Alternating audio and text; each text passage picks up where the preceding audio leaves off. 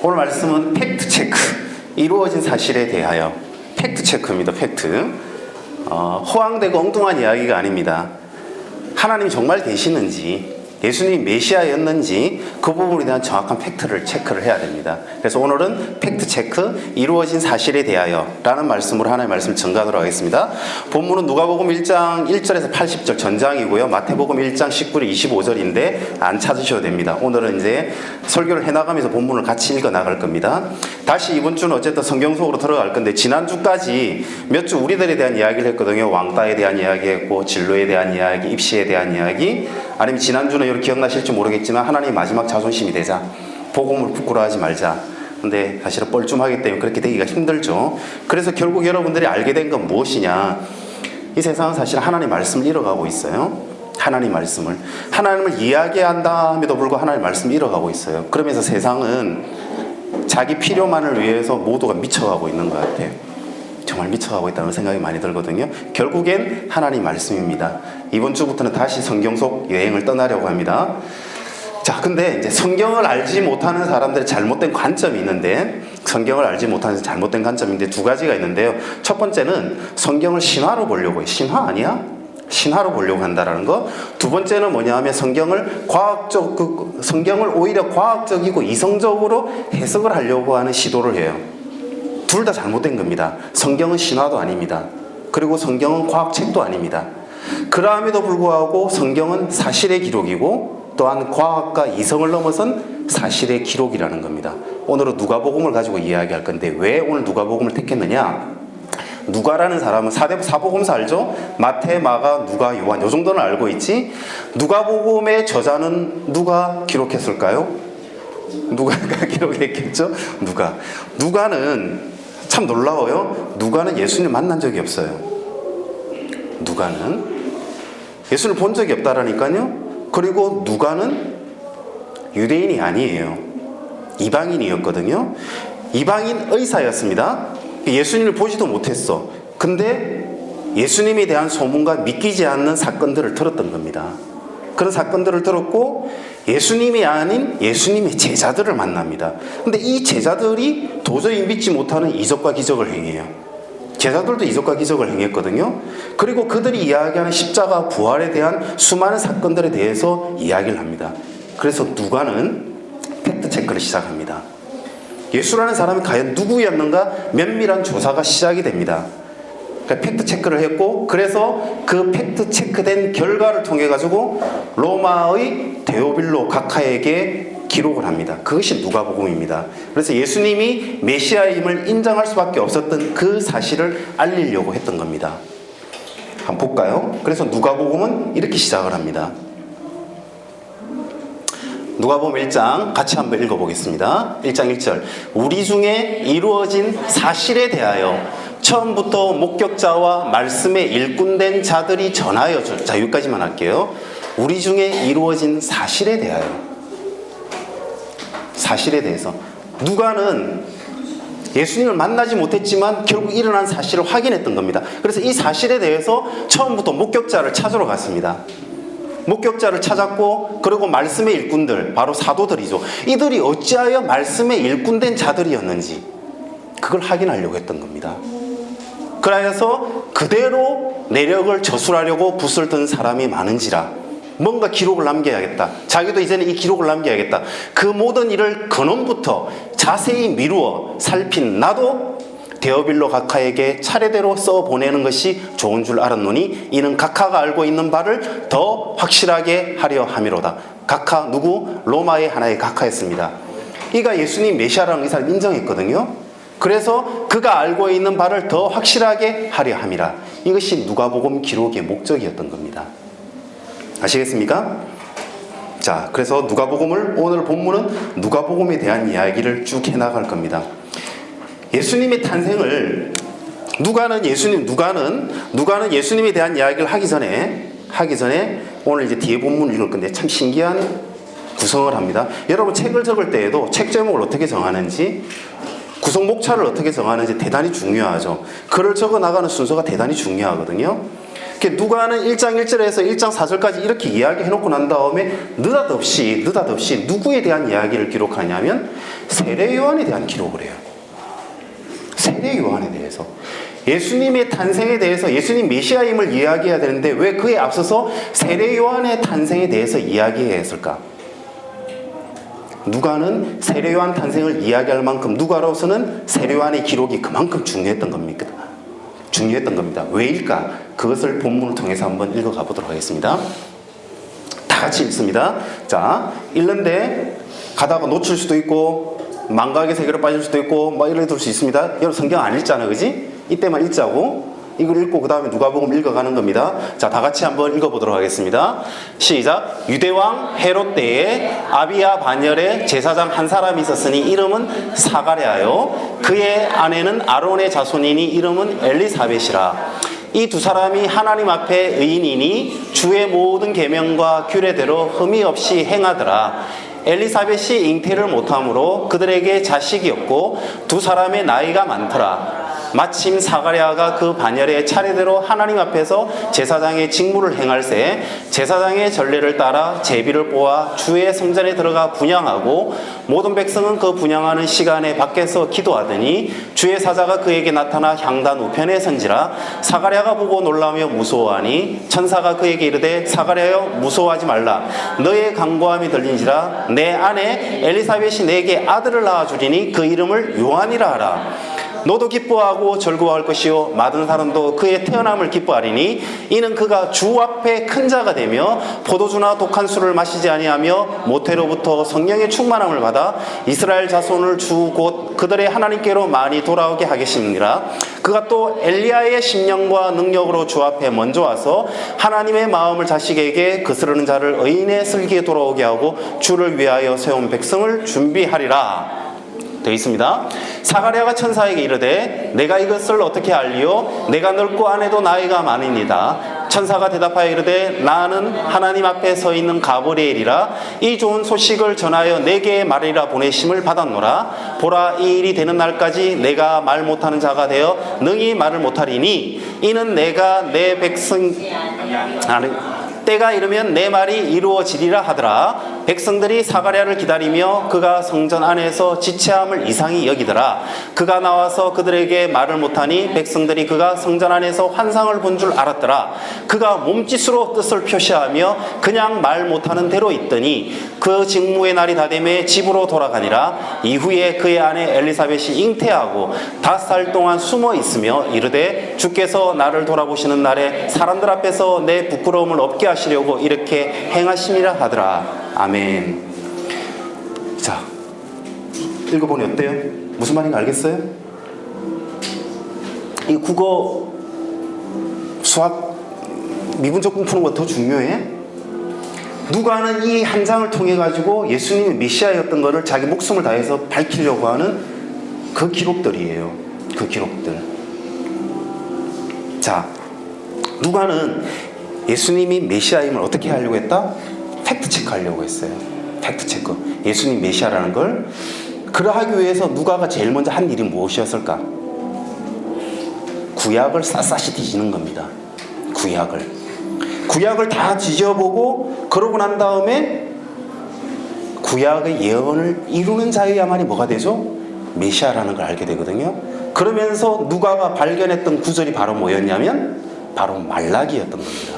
말라기. 자, 말라기 3장 1절 볼게요. 말라기 알죠? 구약의 맨 마지막 선지자의 예언이었습니다. 말라기 3장 1절 같이 한번 읽어보겠습니다. 만군의 여호와가 이르노라. 보라, 내가 내 사자를 보내리니 그가 내 앞에서 길을 준비할 것이요 또 너희가 구하는 바 주가 갑자기 그의 성전에서 임하시리니 곧 너희가 사모하는 바 언약의 사자가 임하실 것이라. 자, 구주가 너희가 구하는 바 주가 갑자기 그의 성전에 임할 것이다. 갑자기. 그런데 예수님이 오기 전에 주가 이르기 전에 뭐라고 이야기했죠? 만군의 여호와가 이르노라. 보라, 내가 내 사자를 보내리니 그가 너 앞에서 길을 준비할 것이라. 길을 준비할 것이라. 다시 볼까요? 4장 5절 볼게요. 시작. 보라, 여호와의 크고 두려운 날이 이르기 전에 내가 선지자 엘리야를 너희에게 보내리니. 무슨 말인가 알겠습니까? 예수님을 보내기 전에 먼저 누구를 보낸다고요? 엘리야를 먼저 보낸다고. 만약에 예수님이 메시아가 되려면 예수님 앞에 누가 먼저 와야 되죠? 누가? 엘리야가 먼저 와야 되지. 그렇지 않습니까? 다시 한번 봅시다. 말라기 3장 1절, 내가 내 사자를 보내니 그가 네 앞에서 주님의 길을 준비할 것이다. 준비하는 자가 올 것이다. 그 준비하는 자는 여호와의 크고 두려운 날이 이르기 전에 내가 선지자 엘리야를 너희에게 먼저 보내리니 엘리야가 그 길을 어떻게 할 것이다? 준비할 것이다. 그래서 예수님이 메시아가 되려면 반드시 누구를 먼저 찾아야 돼? 엘리야를 먼저 찾아야 되는 거예요. 엘리야를. 그러하였기에 누가는 그 엘리야를 발견했던 겁니다. 그 엘리야가 누구였죠? 바로 세례 요한이었던 겁니다. 1장 17절입니다. 이 부분을 읽어보겠습니다. 빨간 거 시작. 그가 또 엘리야의 심령과 능력으로 주 앞에 먼저 와서 아버지의 마음을 자식에게 그스르는 자의 의인의 설계에게 돌아오게 하고 주를 위하여 세운 백성을 준비하리라. 누가는 결국 말라기 3장 1절과 4장 5절의 예언을 누구를 통하여서? 세례 요한을 통하여서 이루어졌다는 것을 먼저 기록하고 팩트체크를 남기려고 했던 겁니다. 이 예언이 여기에만 있는 것이 아니라 바로 또 이사야서 40장 3절에서 5절 같이 한번 읽어봅시다. 시작. 외치는 자의 소리여 이르되 너희는 광야에서 여호와의 길을 예비하라. 사막에서 우리 하나님의 대로를 평탄하게 하라. 골짜기마다 도도해지며 산마다 언덕마다 낮아지며 고르지 아니한 곳이 평탄하게 되며 험한 곳이 평지가 될 것이요 여호와의 영광이 나타나고 모든 육체가 그것을 함께 보리라. 이는 여호와의 입이 말씀하셨느니라. 아멘. 여러분 하나님 믿습니까? 하나님 믿어요? 성경 믿습니까? 구약을 믿습니까? 구약이 예언이었음을 믿습니까? 그것이 이루어졌다는 걸 믿습니까? 진짜 믿냐고요. 그래야만 하나님 만날 수 있어요. 그래야만이 주님이 그 구세주임을 깨달을 수 있다라니까요. 4,000년 동안 기다려왔던 유대인들이 예수님 십자가에 못 박았다라니까요. 기다린 자들이 못을 박았다라니까요. 그런 아이러니가 어디 있어요? 그런 역설적인 게 어디 있어? 그런 예수님을 발견하기 위해서 누가는 몸부림을 쳤던 겁니다. 그래서 누가복음 1장 17절 다시 이야기합니다. 그가 또 엘리야의 심정과 능력으로 주 앞에 먼저 와서 아버지의 마음을 자식에게 거스린 자를 의인의 설기에 돌아오게 하고 주를 위하여 세운 백성을 준비하리라. 누가는 17절 통해서 엘리야를 이야기했고 마태복음 11장 14절 예수님이 이야기합니다. 예수님이 그렇지 아니하러 다른 자들이 물어봤던 거예요. 엘리야는 어디 있습니까? 라고 이야기하니 예수님이 굳이 이렇게 이야기합니다. 만일 너희가 즐겨 받을진대 오리라 한 엘리야가 곧 이 사람 누구? 세례 요한이니라 라고 이야기합니다. 마태복음 11장 14절 오리라 한 엘리야는 곧 누구라? 세례 요한이라. 아시겠습니까? 지난 혹시나 설교 기억나실지 모르겠지만 예수님이 오기 전에 400년 역사에 대해서 기록 이야기를 했습니다. 이스라엘이 바벨론에 멸망을 하고 역사에 대한 이야기를 했죠. 바벨론을 멸망하고 페르시아가 지배를 하고 다시 알렉산더가 그리스를 통해서 지배를 하고 로마의 지배를 받고 400년 동안 하나님의 말씀은 없었습니다. 그리고 그 마지막 예언자 선지자를 통해서 말라기를 통해서 결국에는 엘리야가 오리라. 그래서 엘리야가 온다라는 것은 이 사람들이 너무 중요했어요. 여러분 혹시 아실지 모르겠는데 유대인들은 태어난 지 8일 만에 할례를 받아요. 8일째 할례를 받거든요. 그러니까 갓난아기가 태어나면 8일째 되는 할례를 받는데 그 할례를 받을 때에 의자 2개를 놓습니다. 한쪽 의자는 대부, 그러니까 그 진짜 아버지가 아니고 아버지를 대신한 갓파더를 앉히고요. 그 한 자리는 비워놓습니다. 그 한 자리는 비워놓는데요. 제가 사진을 구하기가 되게 힘들었는데 흐릿하지만 이걸 겨우겨우 제가 구했습니다. 이것이 유대인의 할례 장면입니다. 여기 아기가 있죠. 여기에 대부가 앉아 있습니다. 대부가 앉아 있고 이 의자가 비어 있죠. 의자가. 이 의자가 누구의 자리인 줄 압니까? 엘리야의 자리입니다. 엘리야의 자리. 그래서 저 의자를 엘리야의 의자라고 이야기합니다. 엘리야의 의자. 그래서 유대인들에게는 제일 중요한 것이 누구였냐면 바로 엘리야가 누구냐라는 거예요. 엘리야가 왔느냐라는 부분이었던 겁니다. 그래서 누가는 팩트 체크를 위해서 바로 엘리야로서 세례 요한이 왔노라. 그래서 찾아갔던 겁니다. 물어봤던 겁니다. 도대체 세례 요한은 어떤 사람이었는지 물어보니 세례 요한 탄생에 대한 이야기가 있었던 겁니다. 그래서 누가복음 1장은 세례요한 탄생에 대한 이야기들을 기록하기 시작했던 것이었죠. 세례요한 그 다음 구절은 또 재미있는 기록이 이제는 나옵니다. 자, 시간이 없기 때문에 빨간 것만 하나 읽어볼게요. 누가복음 1장 26절 39절입니다. 읽어보셔야 됩니다. 꼭 읽어보셔야 됩니다. 여섯째 달에, 자, 요 부분만 읽어볼게요. 시작. 여섯째 달에 천사 가브리엘이, 시작, 하나님의 보내심을 받아 갈릴리 나사렛이란 동네에 가서 다윗의 자손 요셉이라는 사람과 약혼한 처녀에게 이르니 그 처녀의 이름은 마리아라 라고 나옵니다. 몇 달이 지나고 난 다음에 6달이 지나고 난 다음에 누가는 이 기록까지도 다 추적을 해나갔던 겁니다. 바로 엘리사벳이 세례요한의 엄마였죠. 그 다음에 6째 달에 누구를 찾아갑니까? 천사가 마리아를 찾아갑니다. 마리아를 찾아가서 예언할 때 그 마리아가 바로 엘리사벳과 마리아는 친척관계였습니다. 그래서 세례요한과 예수님이 친척관계였죠. 친척관계였고 세례요한은 예수님보다 몇 개월 전에 태어났어요? 6개월 전에 먼저 태어났던 겁니다. 6개월 전에 태어나서 마리아에게 동일하게 가브리엘 천사가 예언하기 시작합니다. 여기서부터 읽어보겠습니다. 천사가 이르되, 시작. 천사가 이르되 마리아여 무서워하지 말라. 내가 하나님께 은혜를 입었느니라. 보라, 네가 잉태하여 아들을 낳으리니 그 이름은 예수라 하라. 그가 큰 자가 되고 지극히 높으신 이의 아들이라. 일컬을 것이요 주 하나님께서 그 조상 다윗의 왕위를 그에게 주시리니. 자, 같이 읽어봅시다. 너무 중요한 구절들입니다. 영원히 아고의 집을 왕으로 다스릴 것이며 그 나라가 무궁하리라. 마리아가 천사에게 말하되 나는 남자를 알지 못하니 어찌 이 일을 있으리이까. 천사가 대답하여 이르되 성령이 내게 임하시고 지극히 높으신 이의 능력이 너를 덮으시리니 이러므로 나실 바 거룩한 이는 하나님의 아들이라 일컬어지리라. 보라, 너의 친족 엘리사벳도 늙어서 아들을 배웠느니라. 볼에 임신하지 못한다고 알려진 이가 이미 6달이 되었나니 대저 하나님의 모든 말씀은 능하지 못하심이 없느니라. 마리아가 이르되 주의 여종이오니 말씀대로 내가 이루어지이다 하매 천사가 떠나가리라. 이때가 마리아가 일어나 빨리 산골로 가서 유대 한 동네에 이르러. 자, 한 구절이니까 별로 여러분들 여기 대해서 눈여겨 안 봤을 수도 있습니다. 마리아가 일어나 빨리 산골로 가서 유대 한 동네에 이르러. 왜 그랬을까? 여러분, 이 구절이 뭡니까? 마리아는 처녀로서 예수님을 잉태합니다. 너무 중요한 기록이죠. 처녀로서 예수님을 잉태합니다. 예수님을 잉태했다는 사실을 가장 못 믿을 사람은 누구였을까요? 마리아였습니다. 자기 본인이 자기 스스로가 가장 못 믿을 거예요. 내가 어떻게 처녀로서 잉태할 것이냐, 그 자체를 못 믿을 것이며, 또한 두 번째, 내가 어떻게 그리스도를 내가 잉태할 것이냐, 믿지 못할 것이죠. 그러하였기 때문에 역시 두 번째, 마리아도 팩트 체크를 해야 됩니다. 어떤 팩트 체크를 해야 되죠? 엘리사벳이 임신했다더라. 언니가 임신을 했대. 그 늙은 언니가 임신을 했대. 그래서 마리아가 빨리 일어나 산골로 가서 유대 동네에 뛰어갔던 겁니다. 이 지도를 잠시 한번 볼까요? 여러분, 나중에 이 지도를 이제 자주 보게 되어 있습니다. 지금 성경 공부하는 애들 이 지도를 달달달 외우고 있거든요. 예수님은 여기에서 태어납니다. 갈릴리 지방에서. 글자가 잘 안 보이겠지만 여기 나사렛에서 여기서 태어나요. 태어난 거는 여기는 아닙니다. 예수님 베들레헴에서 태어납니다. 조금 이따가 이야기. 어쨌든 예수님의 고향은 나사렛이죠.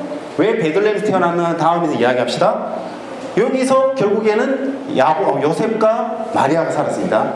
그런데 엘리사벳과 사가랴는 어디 살았다고요? 유대 산골이라고 그랬죠. 유대는 바로 여기입니다. 유대. 갈릴리에서 유대까지 이르는 길은 144km입니다.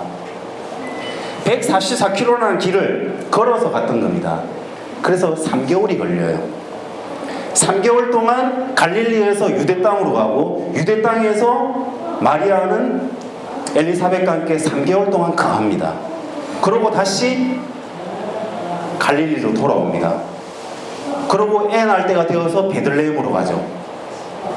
성경에는 그 모든 지도에서 이런 기록들이 다 되어 있습니다. 왜? 마리아는 역시 팩트 체크를 해야 했기 때문에. 다음 구절 한번 봅시다. 자, 이 구절을 먼저 또 봐야 돼요. 성경은 시간대 수준으로 차례대로 이렇게 봐야 됩니다. 마리아가 약혼자가 있었죠? 그 약혼자가 누구죠? 요셉이었지? 근데 요셉을 버려두고 어디로 갔다고? 유대 땅으로. 몇 개월 동안? 3개월 동안. 3개월 동안 가면 잠적하는 거잖아. 말 안 하고 잠적하겠어요? 그럼 큰일 나. 그래서 요셉에게 이야기했을까요? 안 했을까요? 요셉에게 이야기를 했을 거란 말입니다. 요셉에게 자기가 예언받았던, 자기의 꿈으로 봤던, 계시를 받았던 그 내용을 요셉에게 이야기를 하고 그 이야기 장면이 여기에 나오는 겁니다. 그래서 그의 남편, 같이 읽어보겠습니다. 그의 남편 요셉은 의로운 사람이라 그를 드러내지 아니하고 가만히 끊고자 하여. 왜 끊고자 했을까? 마리아의 이야기를 들으니까. 그렇다면 마리아가 끊고자 한다? 파혼을 한다라는 이야기예요. 마리아와 헤어지겠다라는 거지. 요셉은 마리아하고 헤어지려고 하니 이 일을 헤어지려고 파혼을 생각할 때에 주의 사자가 다시 현몽하여 누구에게 이르렀다고요? 요셉에게. 이 가브리엘 천사장이거든요. 가브리엘 되게 바빠. 처음에 누구에게 나타났어? 엄청 바빠요. 엘리사벳 나타났고 6개월 만에 누구에게 나타나? 누구에게? 마리아에게. 바쁘다 바빠. 또 이제 마리아를 어떻게? 유대로 보내기 전에 누구에게 또 나타나요? 요셉에게 또 나타난다고. 그만큼 너무 중요한 사건들이 벌어지고 있었던 겁니다. 이때에. 그래서 주의 사자가 현몽하여 다윗의 자손 요셉아 내 아내 마리아 데려오기를 무서워하지 말라. 그에게 잉태된 자는 성령으로 된 것이라. 아들을 낳으리니 이름을 예수라 하라. 이는 그가 자기 백성을 그들의 죄에서 구원할 자니라. 이 모든 일이 된 것은 주께서 선지자로 하신 말씀을 이루려 하심이니 이 모든 것은 구약을 이루려 하심이니 예언을 이루려 하심이니 보라 처녀가 잉태하여 아들을 낳을 것이요 그 이름은 무엇이라라. 임마누엘이라 하셨으니 이를 번역하였은즉 하나님 우리와 함께 계시다 함이라. 요셉이 잠에서 깨어 일어나 주의 사자와 분부대로 행하여 그의 아내를 데려왔으나 아들을 낳기까지 동치 아니하더니 나음의 이름을 예수라 하니라. 이런 구절들이 기록이 되었던 거였고, 그 다음에 이사야서 7장 14절 예언을 했죠. 그러므로 주께서 징조를 너희에게 주실 것이라. 보라 처녀가 잉태하여 아들을 낳을 것이요 그의 이름은 임마누엘이라. 누가 잉태하여? 처녀가 잉태하여. 이 예언을 이룬다라는 구절이 나왔고, 그리고 누가복음 1장 40절 다시 바로 마리아가 엘리사벳을 찾아가는 장면이 나옵니다. 사가랴의 집에 들어가 엘리사벳을 문의하니 144km를 달려와가지고 엘리사벳을 찾아와가지고 엘리사벳에서 문안을 합니다.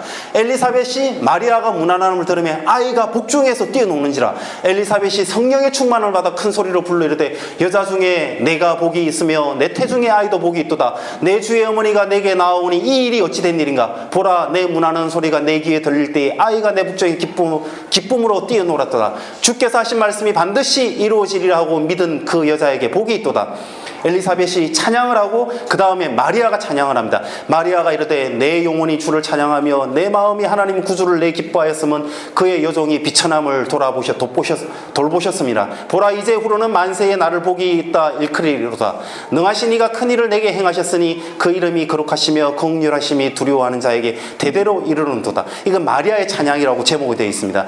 그의 팔로 힘을 보이사 마음의 생각이 교만한 자를 흩으셨고 권세 있는 자를 그 위에서 내리쳐셨으며 비천한 자를 높이셨고 줄이는 자를 좋은 것으로 배불리셨으며 부자는 빈손으로 보내셨도다. 그 종 이스라엘을 도우사 긍휼히 여기시고 기억하시되 우리 조상에게 말씀하신 것 같이 아브라함과 그 자손에게 영원하시리로다 하니라. 마리아가 석 달쯤 함께 있다가 집으로 돌아가니라. 석 달쯤 돌아가는. 여러분 이거 별거 아닌 것 같이 읽어보고 있고 내가 지금 바빠서 막 읽고 있는데 너무 어쨌든 빨리 끝내줘야 되니까 너무 중요한 구절들이거든요. 두 여자가 부둥켜 안고 울고 있어요. 부둥켜 안고. 도대체 이게 어떻게 된 일이냐. 엘리사벳도 그 늙은 나이에 아이를 임신하고 그것도 세례요한이라고 그러고 엘리야라고 이야기하고 있고, 그 다음에 6개월 만에 누가 나타나니 자기 여동생이 태어났어. 여동생이 뛰어와가지고 사촌 여동생이 뛰어와가지고 갑자기 또 누구야? 그리스도를 잉태했다고 이야기하고 있으니까 이 여인들이 감당하기 너무 힘든 일들이 벌어지고 있는 거예요. 힘든 일들이. 이 장면을 가지고 만든 노래가 뭔 줄 아세요? 이게 아베 마리아거든요. 슈베르트가 작곡한 아베 마리아.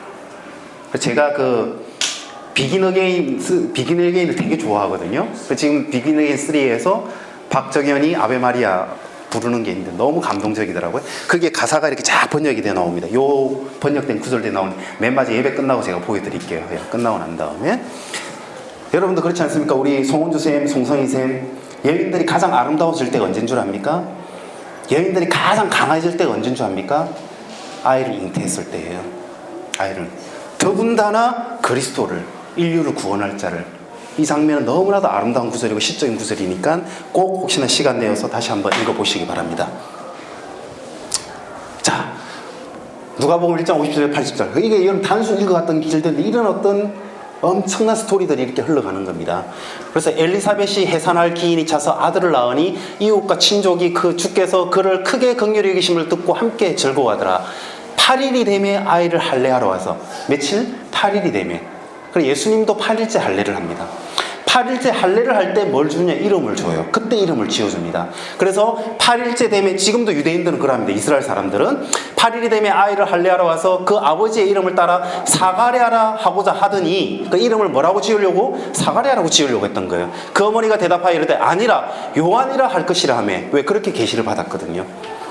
그들이 이르되 야, 너의 친족 중에 이 이름으로 이름한 이가 없다, 요한이라고 이름한 적이 없다 라고 이야기하니 그의 아버지께서 몸짓으로 아니야 이러면 갑자기 이제 사가랴, 자기 아버지가 지금 말문이 막혀 있었죠?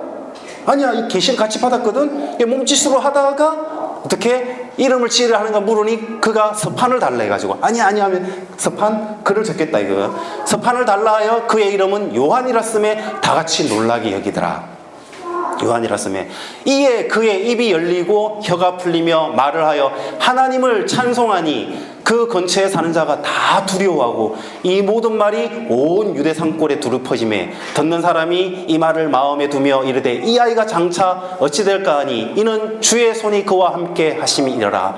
그 붙인 사가랴가 성령의 충만함을 받아 예언하여 이르되 찬송하리로다 주 이스라엘의 하나님이여 그 백성을 돌보사 속량하시며 우리를 위하여, 같이 읽어봅시다. 시작. 우리를 위하여 구원의 뿔을 그 종 다윗의 집에 일으키셨으니 이것은 주께서 예로부터 거룩한 선지자의 입으로 말씀하신 바와 같이 우리 원수에게서와 우리를 미워하는 모든 자의 손에서 구원하시는 일이라. 우리 조상을 긍휼히 여기시며 그 거룩한 언약을 기억하셨으니. 자, 이제 마지막 구절을 읽으면서 마치도록 하겠습니다. 곧 우리 조상 아브라함에게 하신 맹세라. 우리가 원수의 손에서 건지심을 받고 종신토록 주 앞에서 성결과 의로 두려움이 없이 섬기게 하리라 하셨도다. 이 아이여 내가 지극히 높으신 이에 선지자라 일컬음을 받고 주 앞에 가서 그 일을 준비하여 누구? 바로 엘리야. 주 백성에게 그 제사함으로 말미암아 구원을 알게 하리니 이는 우리 하나님의 긍휼로 임하니라. 이로써 돋는 해가 위로부터 우리에게 임하여 어둠과 죽음의 그늘에 앉은 자에게 비치고 우리 발을 평강의 길로 인도하시리로다 하니라. 아이가 자라며 심령이 강하여지며 이스라엘에게 나타난 날까지 빈들에 있으니라. 이것이 팩트 체크를 했던 누가복음의 기록이었습니다. 제목이 뭐였습니까? 이루어진 사실에 대하여. 누가는 이 기록을 찾았고 결국에는 팩트 체크를 했고 메시아 앞에 엘리야가 왔음을 증명했습니다. 성경을 읽어야 됩니다. 성경이 아니고서 하나님 만날 수가 없습니다. 쉽게 읽었던, 그냥 형식적으로 읽어갔던 안 됩니다. 성경을 읽어야 합니다. 최고의 지혜의 책 성경입니다. 성경 읽기반 2시 반부터 3시 반까지 진행이 됩니다. 자율적으로 참여하면 됩니다. 우리말 성경을 제공합니다. 쉬운 성경을 제공할 겁니다. 책 다 사놨거든요. 공짜로 제공합니다. 성경 읽는 사람은 선교 장학금, 해외 성경의 비전 트립 등을 지원할 예정입니다. 성경을 읽으셔야 됩니다. 아시겠습니까? 자, 기도하고 마치도록 하겠습니다.